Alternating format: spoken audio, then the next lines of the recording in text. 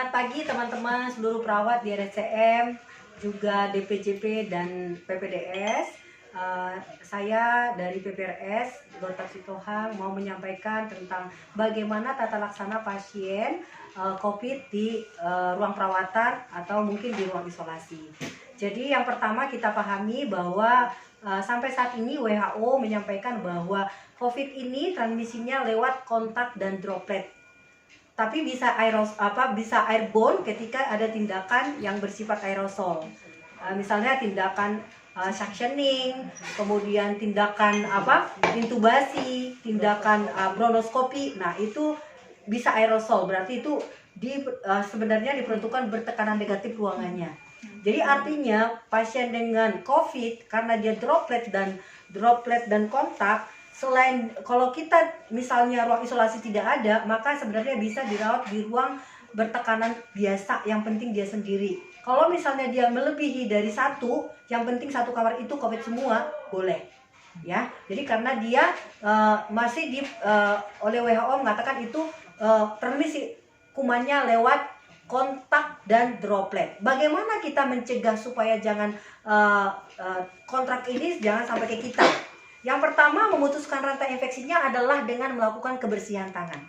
Nah, kebersihan tangan itu ingat, sebelum kontak pasien, sebelum tindakan aseptik, setelah kontak cairan tubuh, setelah kontak pasien, dan setelah meninggalkan lingkungan sekitar pasien. Itu yang utama dan yang pertama kita lakukan. Yang kedua, untuk dropletnya, kita putuskan rantai infeksinya dengan menggunakan masker bedah. Masker bedah cukup ya. Tapi kalau ada tindakan aerosol, misalnya tadi suctioning, bronkoskopi, atau misalnya intubasi, kita harus menggunakan masker N95.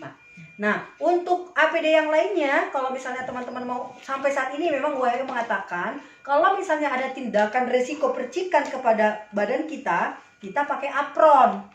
Kalau ada resiko percikan kepada wajah kita, pakai face shield. Kalau ada resiko ada cairan ke tangan kita, berarti pakai sarung tangan. Jadi kalau ada resiko-resiko tersebut, maka dipilihlah namanya cover all. Cover all itu yang semua. Kalau ada resiko tadi, kepercikan ke wajah, ke badan, ke tangan, dan ke sepatu, maka kita pakai cover all. Kalau tidak ada, misalnya kita hanya mau ganti infus, mau cek monitoring, kita cukup dengan kebersihan tangan dan pakai masker bedah. Nah, itu aja. Jadi jangan takut dan khawatir, ini adalah kata kuncinya di kita ya teman-teman. Kalau kita memutuskan rantai infeksinya tadi kontak dengan kebersihan tangan, pasti kita aman. Kalau kita pakai APD sesuai dengan indikasi, pasti kita juga aman. Bukan hanya kita aman, tapi lingkungan juga aman. Yang berikutnya adalah cara melepaskan APD tadi. Jadi setelah kita keluar, kalau cover all, tadi ada tindakan suctioning dan lain sebagainya, itu sarung tangannya double. Kenapa? Karena kalau misalnya dia terjadi, misalnya ada cairan ke tangan kita, maka yang di ruang ketika sudah selesai tindakan, maka sarung tangan tadi dilepas yang pertama, baru keluar. Nanti di luar baru APD-nya dilepaskan. Ya.